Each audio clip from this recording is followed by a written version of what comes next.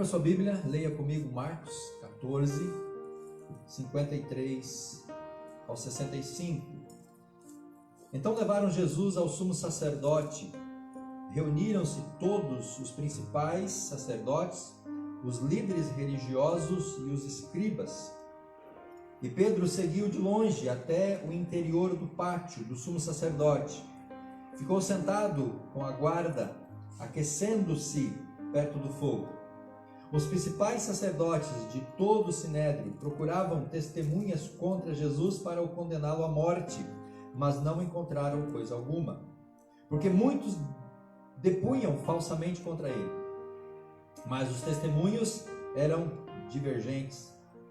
Por fim, alguns que dispunham falsamente contra ele levantaram-se e falaram: nós o ouvimos dizer: eu destruirei o santuário construído por mãos humanas, e em 3 dias edificarei outro, não feito por mãos humanas. Nem assim o testemunho deles concordava. Então o sumo sacerdote levantou-se no meio de todos e perguntou a Jesus: não responde a coisa alguma ao que depõe contra você? Ele, porém, permaneceu calado e nada respondeu. O sumo sacerdote voltou a interrogá-lo, perguntando-lhe: tu és o Cristo, o Filho do Deus bendito? Jesus respondeu: eu sou. E vereis o Filho do Homem assentado à direita do Poderoso, vindo com as nuvens do céu. Então o sumo sacerdote rasgou as suas vestes e disse: para que precisamos de testemunhas? Acabais de ouvir a blasfêmia. Que vos parece? E todos o condenaram como réu digno de morte. Alguns começaram a cuspir nele, cobriram-lhe o rosto e dar-lhe socos e dizer-lhe: profetiza. E dando-lhe bofetadas, os guardas o levaram. Meus irmãos, Jesus aqui é injustiçado pelos religiosos. Nós começamos esta parte da exposição vendo como Jesus ele foi adorado, e aqui eu quero pontuar os personagens dessas atitudes, desses atos. Primeiro, ele é adorado em Betânia por uma mulher chamada Maria. Depois, Jesus ele é traído pelo seu discípulo Judas, lá no cenáculo. Na sequência, Jesus é abandonado por todos os seus discípulos. Então você tem uma mulher que adora a Jesus, ungindo a sua cabeça com óleo. Você tem um discípulo, Judas, traindo, vendendo Jesus por dinheiro. Nós temos os outros 11 discípulos também se afastando, deixando Jesus sozinho. E agora nós temos um outro grupo de pessoas, os líderes religiosos, que se juntaram para fazer uma injustiça com relação a Jesus. E é nessa noite que nós vamos então ver esta realidade. Jesus, o servo, sendo injustiçado pelos religiosos. Não é segredo nenhum, meus irmãos, que esses homens queriam matar Jesus. Desde que Jesus começa o seu ministério na Galileia, desde que Jesus começa a atrair multidões, os líderes tentaram matar e aniquilar, interromper o Senhor Jesus no seu ministério. E eles não desistiram. Agora eles vão dar a sua última e definitiva cartada nesse processo. E o julgamento de Jesus aqui, irmãos, é um julgamento que hoje diria-se que é totalmente viciado. Todo o processo aqui de julgamento, de condenação de Jesus, foi um processo que não seguiu os ritos daquela época.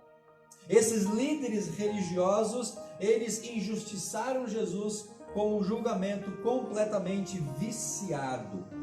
No entanto, Jesus está caminhando resolutamente para a cruz. Desde que ele começa o seu ministério, Jesus tinha como foco a conclusão do seu ministério na cruz.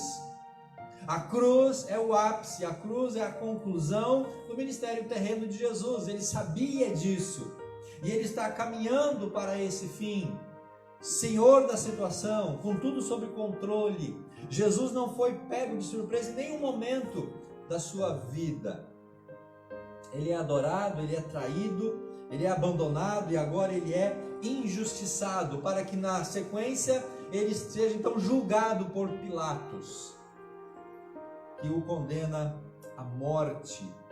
E aqui nós temos um ambiente, irmãos, importante, a mudança de ambiente, a mudança de contexto. Aonde se dá esse julgamento?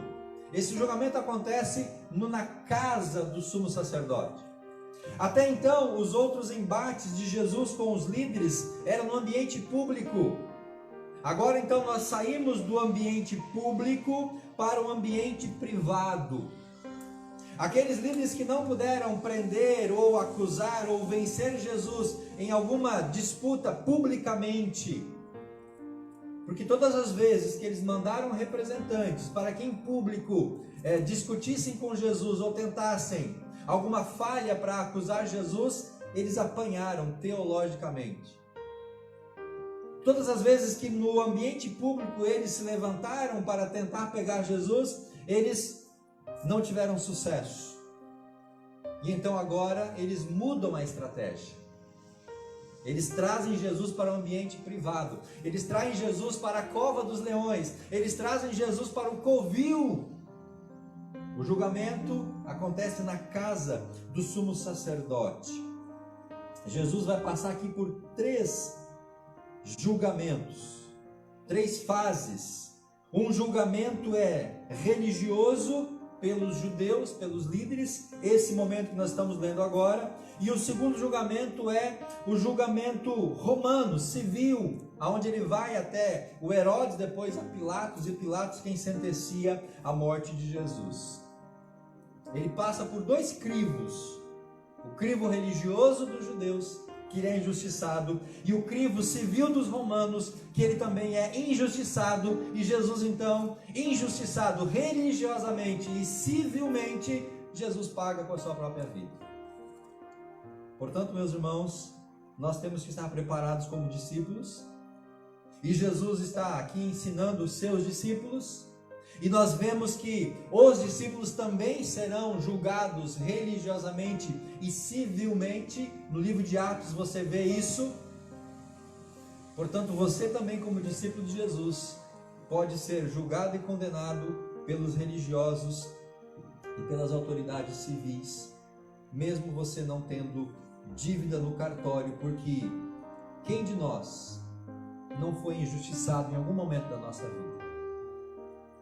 Quem de nós não foi injustiçado? Ou eu diria ainda, irmãos, quem de nós não será injustiçado em alguma circunstância da nossa vida?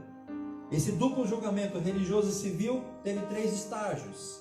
A casa de Anás, o sogro do sumo sacerdote, o Caifás, os dois dividiam a liderança naquele tempo. Depois ele vai levado para Pilatos, mas Pilatos manda para Herodes, porque Jesus era daquela região, então Pilatos não quer fazer uma disputa ali com Herodes, manda Jesus para Herodes. Herodes depois devolve Jesus para Pilatos. Lucas capítulo 23, a partir do verso 6, nós temos esse dado. Então Jesus passa pelo crivo dos religiosos, depois ele vai ao Herodes, governador, e o Herodes então devolve ele para Pilatos, e Pilatos assina a sentença de morte para Jesus. Uma observação aqui, meus irmãos: Pedro e João estavam lá. Lá onde? Naquele ambiente. Veja o verso 54. Pedro o seguiu de longe até o interior do pátio do sumo sacerdote e ficou assentado com os guardas, aquecendo-se. O texto paralelo de João vai dar detalhes sobre isso. João capítulo 18, a partir do verso 15, João vai dizer que estava Pedro e o outro discípulo. Na linguagem de João, o outro discípulo era ele mesmo. Então João vai dizer que Pedro e ele acompanharam Jesus, ou fugiram lá do Getsemane, mas eles foram até a casa do sumo sacerdote. E João diz que Pedro ficou de fora. Mas como João tinha conhecimento da casa, tinha lá as suas amizades, ele teve autorização para que Pedro entrasse no pátio. Então os dois ficam lá, acompanhando, presenciando aquilo que estava acontecendo. E é por esse fator que depois nós vamos ver a negação de Pedro na sequência. Os 2 discípulos estavam lá, nada podiam fazer para mudar aquela realidade. Jesus é levado para Caifás, o sumo sacerdote. O sinédrio todo se reúne lá. E o sinédrio agora reunido, que é a liderança dos religiosos da época, vão tentar acusar Jesus, mas qual a acusação? Eles não têm acusação. Sabe aquela história de que a gente precisa condenar alguém, mas não tem crime, não tem problema, a gente inventa um crime. É o que aconteceu aqui. Eles queriam condenar Jesus, mas não tinham nenhum crime, então eles não inventaram um crime, mas eles tentaram criar aqui um ambiente, através das testemunhas. A lei dizia que 2 testemunhas tinham que ser ouvidas, e elas tinham que ser concordes. Só que o texto vai dizer, meus irmãos, que eles ouviram várias testemunhas, mas nenhuma falava exatamente igual a outra. Então, aquele testemunho falso não podia ser usado como acusação. Aquele grupo de 70 líderes religiosos que envolviam os saduceus, escribas, fariseus, a cúpula religiosa estava reunida para condenar Jesus. As testemunhas são instruídas a mentir. Líderes religiosos incentivando pessoas a mentir para poder condenar Jesus à morte. O interessante, irmãos, que o texto diz que enquanto Jesus ouvia as falsas acusações das testemunhas, Jesus ficou calado. O sumo sacerdote fala isso no verso 61, ele porém permaneceu calado, nada respondeu, e o sumo sacerdote voltou a interrogá-lo e a perguntar: tu és o Cristo, o Filho do Deus bendito? Então Jesus responde. Note que enquanto as testemunhas falsas acusavam Jesus, ele se calou. Mas quando o sumo sacerdote fez uma afirmação em forma de questionamento sobre a sua divindade, aí então Jesus, ele revela que ele era o Filho de Deus. Enquanto, irmãos, as pessoas caluniam, enquanto as pessoas difamam, talvez a melhor atitude é ficar calado. Mas quando a nossa fé é colocada à prova, aí nós temos que nos manifestar. Jesus cala-se diante das testemunhas, mas diante da afirmação de ser o Filho de Deus, ele responde: eu sou. Eu sou. Talvez aquela mesma expressão lá do Êxodo, quando Moisés pergunta para Deus: quando eu for enviado para os israelitas, para tirar eles do Egito, o que eu vou dizer? Quem me enviou para lá? E lá Moisés ouve, né? O eu sou te mandou. E Jesus usa, irmãos, essa fórmula: eu sou a porta, eu sou a videira, eu sou o caminho. E agora ele diz: eu sou. Você é o Filho de Deus, bendito eu sou. E aí, diante dessa confissão de Jesus, então diante dessa afirmação de Jesus, o sacerdote rasga as suas vestes e declara: não precisamos mais de testemunhas, nós temos aqui o elemento. Ele está declarando que é Filho de Deus. Aqui está então agora o crime. E qual foi o crime de Jesus? Blasfêmia contra Deus. Porque uma pessoa declarar-se Deus ou Filho de Deus era blasfêmia contra o Senhor. Então, quando Jesus fala eu sou, o sacerdote rasga as suas roupas e diz: está aqui o crime. Ele está se declarando Deus. Então não precisamos mais de testemunhas, podemos agora matá-lo. Ele comete o crime pela lei ou pela interpretação dos religiosos de blasfêmia, se declarar Deus. O sacerdote rasga as suas vestes, conclama todo mundo que estava ali naquela reunião, diz que não precisa mais de testemunhas, verso 63. Acabais de ouvir uma blasfêmia, que vos parece? Verso 64. E todos concordaram como réu digno de morte. Porém, esse sinédrio, essa cúpula religiosa não tinha autorização para matar ninguém, para crucificar ninguém. Eles não poderiam condenar ninguém à morte, porque essa era uma atribuição do Pilatos. O que esses homens poderiam fazer era reunir provas e então acusar Jesus. E é o que eles vão fazer agora. Diante daquelas provas, forjadas, eles pegam e levam Jesus até Pilatos e dizem: ó Pilatos, Jesus cometeu um crime e pela nossa lei ele pode ser crucificado, morto, mas nós não temos autonomia para fazer isso, mas você tem. Então, à luz das nossas provas arranjadas, dê a sentença de morte. O Pilatos questiona Jesus, a gente vai ver isso depois, manda para Herodes, Herodes devolve, Pilatos lava as suas mãos e Jesus é crucificado. E aí o verso 65, irmãos, termina com Jesus sendo humilhado. Alguns começaram a cuspir nele, cobriram o rosto, davam socos e perguntavam: quem está te batendo? Profetiza. E dando bofetadas, os guardas o levaram. Jesus agora é completamente humilhado diante daquelas pessoas. Queridos, qual que é a injustiça que Jesus recebe aqui? Eu não sou advogado, a irmã Anne é advogada, conhece melhor de leis, mas nós temos aqui várias falhas processuais. Se fosse hoje, o STF anulava a condenação de Jesus. Anulava porque houve várias falhas processuais. E de acordo com a lei e com os costumes daquela época, eu trago aqui 7 falhas. No boletim, na pastoral, tem um texto mais denso sobre essa questão do sinédrio e do costume, como era esse processo. Só a título de informação, queridos, para você ver que a injustiça, ela não é coisa de hoje. A injustiça vem desde os tempos de Jesus. Só para você entender, primeira falha processual, o CEP estava errado. Por quê? Porque o sinédrio não poderia se reunir na casa do sumo sacerdote. O sinédrio tinha que se reunir numa sala específica do templo. Então, o CEP, pegando aqui a paráfrase jurídica, estava errado. O sinédrio só poderia ter se reunido no templo e lá eles deveriam ter feito esse julgamento para condenar Jesus, mas a reunião foi na casa do sumo sacerdote. Primeiro erro aqui do processo. Segundo, eles se reuniram à noite, e essa era uma outra prerrogativa, o sinédrio não podia se reunir à noite. Eles se reuniam à noite. E uma outra questão, eles não podiam se reunir em dias de grandes festas.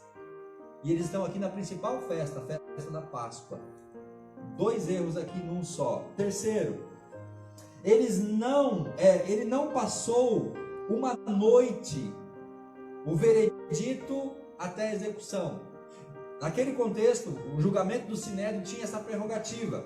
Eles tomavam uma decisão. Se era decisão, do caso de morte, tinha que passar uma noite, dar 24 horas, para que talvez o sinédrio reconsiderasse a decisão, tivesse misericórdia e absolvesse da morte o réu. Mas eles não dão aqui o tempo, não passa uma noite, não passa 24 horas, porque era noite, no dia seguinte eles já levam Jesus para Pilatos. Pela lei, pelo costume, eles deveriam esperar aquele dia, à noite, no outro dia, então levar o caso para Pilatos. Terceiro vício do processo. Quarto, eles não ouviram as testemunhas separadamente. As testemunhas tinham que ser ouvidas cada uma individual e separadamente, depois pegar as versões e comparar. Aqui não, as testemunhas estavam ali no meio. E elas eram ouvidas juntas. E mesmo assim os testemunhos foram divergentes. Então mais um vício. A oitiva das testemunhas foi equivocada. Quinto vício. O sinédrio não teve voto secreto.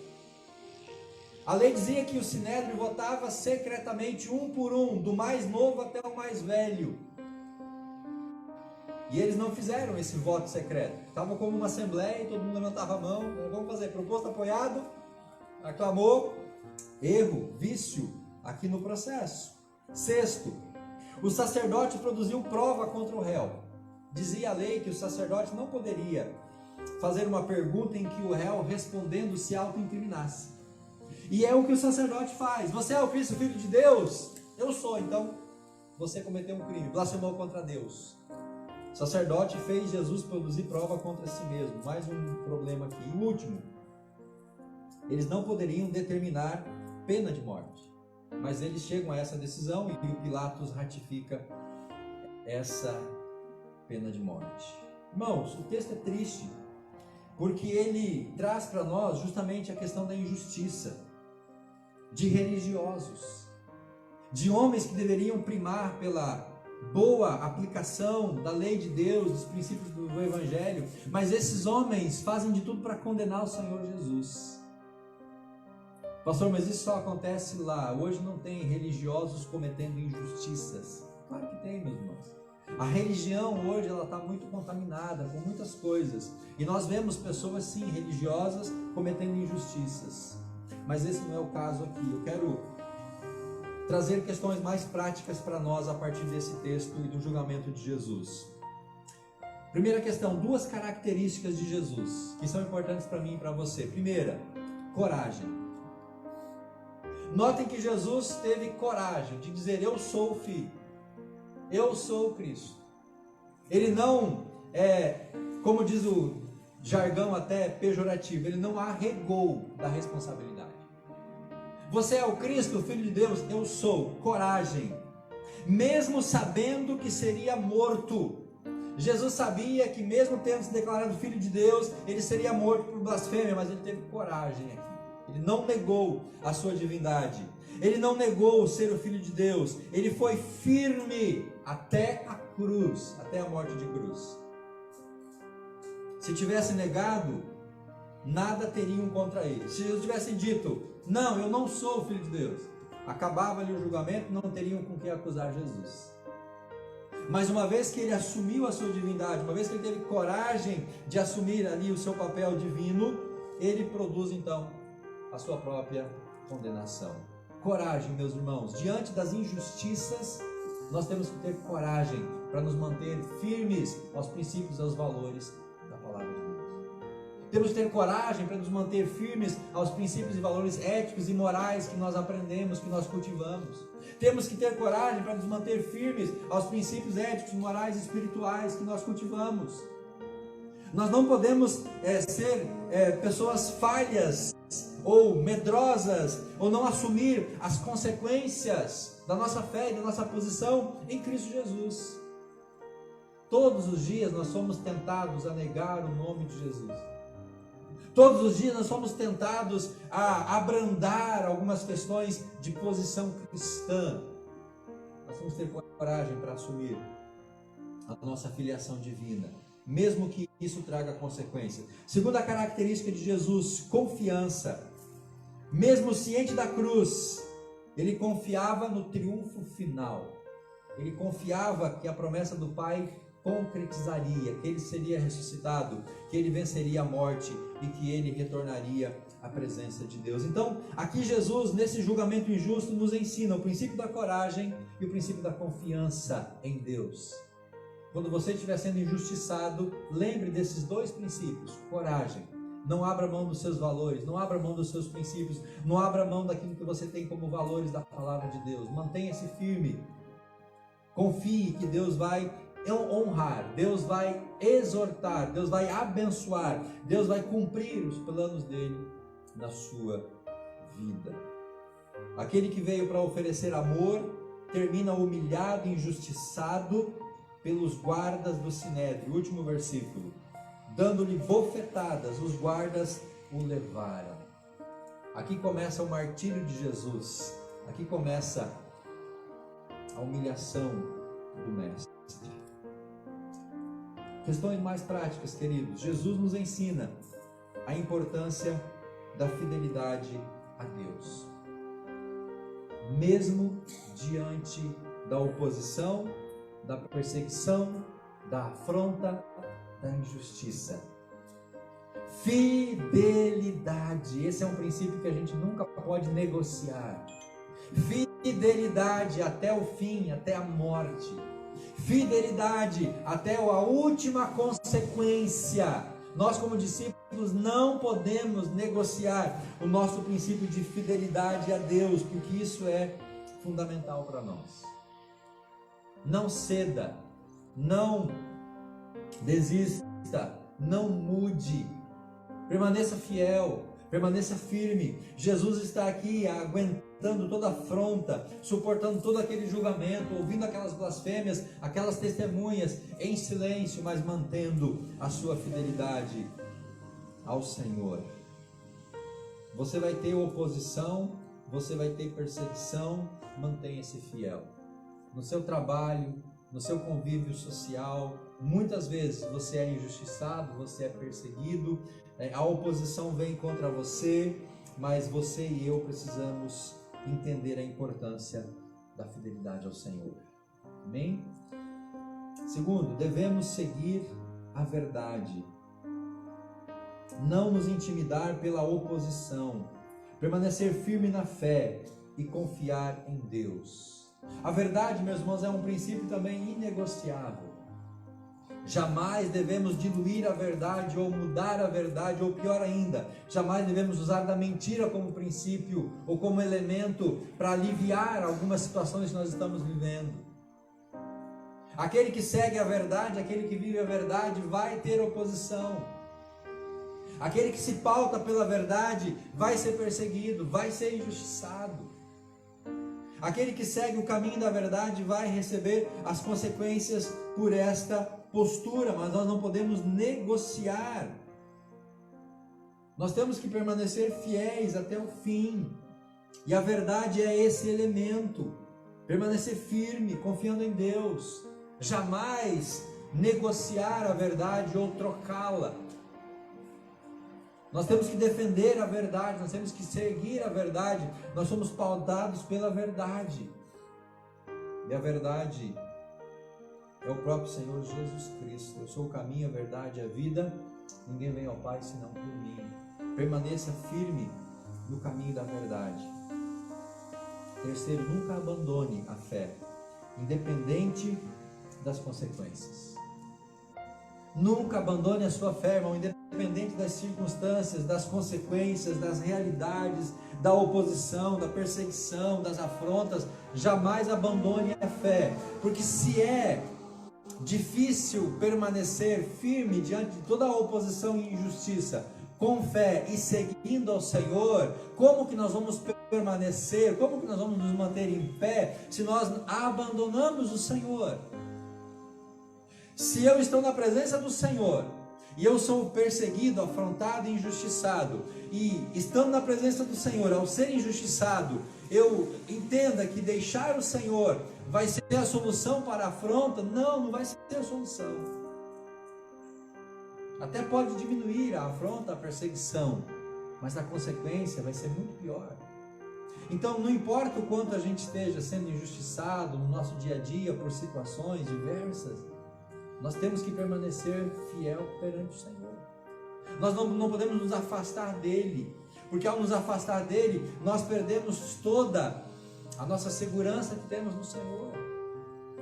Se nós nos afastamos do Senhor, como nós vamos invocar a presença do Senhor para nos socorrer? Se nós estamos distante do Senhor, como nós vamos invocá-lo no momento de dor, de angústia, de tribulação, queridos? Nós precisamos manter a fidelidade, precisamos manter a nossa confiança, precisamos seguir a verdade, jamais abandonar esses princípios e principalmente jamais deixar o Senhor para trás. Você pode ficar de pé para a gente orar? Em nome de Jesus. Meu irmão, eu não sei qual injustiça você viveu nessa última semana. Não posso mensurar o quanto essa injustiça ou a perseguição trouxe dificuldades, dores, preocupações para você, para o seu coração. Não posso mencionar o quanto isso trouxe a você noites de insônia, preocupações, angústias, aflições. É difícil mensurar o quanto essas injustiças, perseguições, elas afetam o nosso corpo, o nosso psicológico, o nosso emocional.